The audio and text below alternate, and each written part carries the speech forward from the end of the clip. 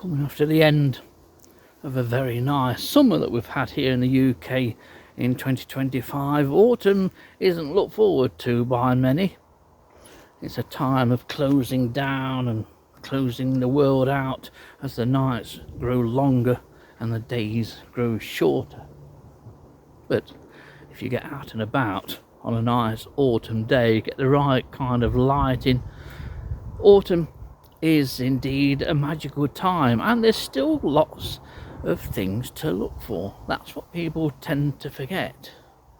They tend to close their notebooks, put them in the cupboard, but keep those notebooks out, keep an open mind, and go and look for something that you've never looked before, perhaps.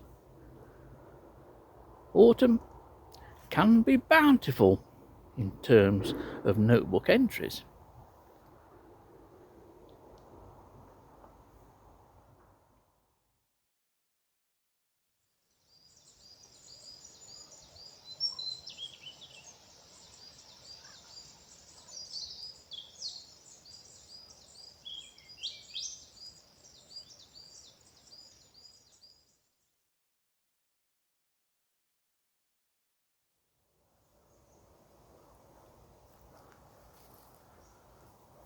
In the autumn months, at least while there's still leaves on the trees, my pen can be veritably red hot. Although, technically between you and me, I don't use one. It all gets confined to the memory bank installed in my head. And then when I get back home, I refresh myself by going through the photo galleries on the website and remembering what I've seen and where I've seen them and often how many. Talking leaf mines today, because leaf mines is a great way to spend an hour or two on a fabulous autumn day just like today.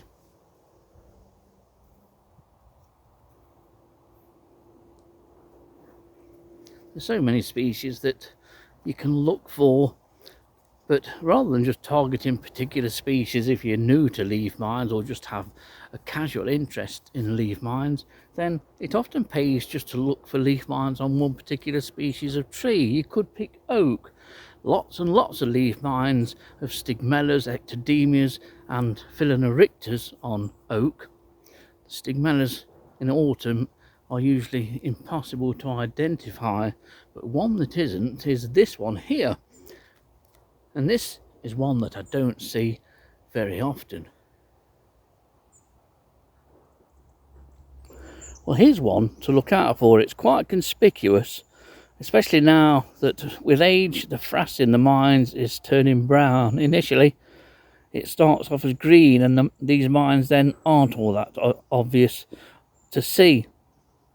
Easy to see on the upper surface of the leaf. These are the mines of Stigmella basigutella, and this is an easy one to identify, is this, and the reason it's easy to identify is because throughout these highly contorted galleries with several S-bends, the whole of the gallery is full of cloudy green going to brown frass.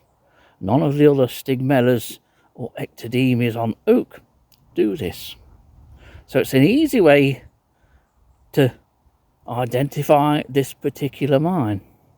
These mines actually look brilliant when the leaf is going yellow, get a bit of autumn colour, and leaf mines really add something to a leaf in autumn. But there's two mines on here, of course, both starting off from extremely narrow points. Eggs were laid very close together and each larva has gone off in its own direction. So that's the leaf mine of Stigmella basigutella. It's a nice one to get, but there are lots on oak, not all easily identifiable, especially without a larva still in the mine. And here's what the mine looks like from above. They don't look much. I think they look far better when viewed up against a bright light. The sun is as bright as you can get.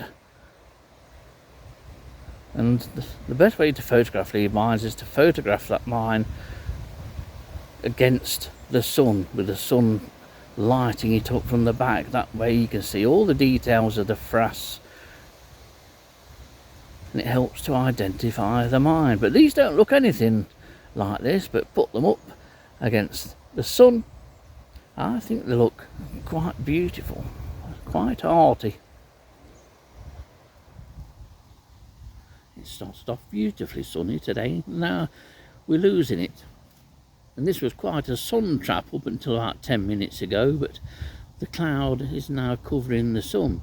Now I'm going to head back home, but I've been very pleased today to find Stigmella basigutella on oak in the corner of this little open area here. And this open area has held my attention for a good hour. Not many things do that this day and age, but I've found a number of species on a range of trees and shrubs that are here. But Stigmella basigutella, as I mentioned, it's an easy one for you to go out and look for. It's just that nobody will go out and look for it. It's a shame, because it's such a pity that leaf mines are generally neglected amongst the mothing community. There's a whole new world out there, and a cup of tea waiting for me when I get home.